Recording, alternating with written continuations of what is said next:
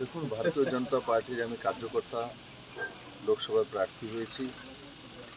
প্রথমে আমার দায়িত্ব আমাদের দেবতুল্য কার্যকর্তাদের সঙ্গে আগামী দিনে আমাদের যে ইলেকশন ক্যাম্পেনিং ওর তার ব্যবস্থা কিভাবে করা ও তাদের সঙ্গে পরামর্শ করে আর তারপর জনতা গণদেবতার কাছে যাব। সেই মন্ত্র নিয়ে আমি সমস্ত মণ্ডলে ভারতীয় জনতা পার্টির সমস্ত স্থানীয় নেতৃত্ব এবং দেবতুল্য কার্যকর্তাদের কাছে আসছি।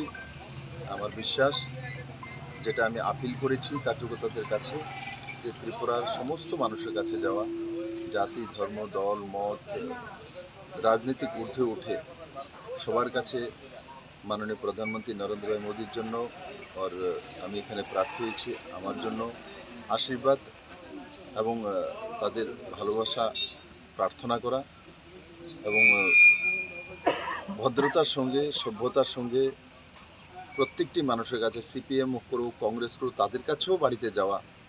ওনারাও জানেন যে ওনাদের ছেলে মেয়ের পরিবারের ভবিষ্যৎ নরেন্দ্র ভাই মোদীর কাছে আছে। মোদীর মতো ব্যক্তিত্ব প্রধানমন্ত্রী হওয়া উচিত, এটা ভারতবর্ষের মানুষ বোঝে।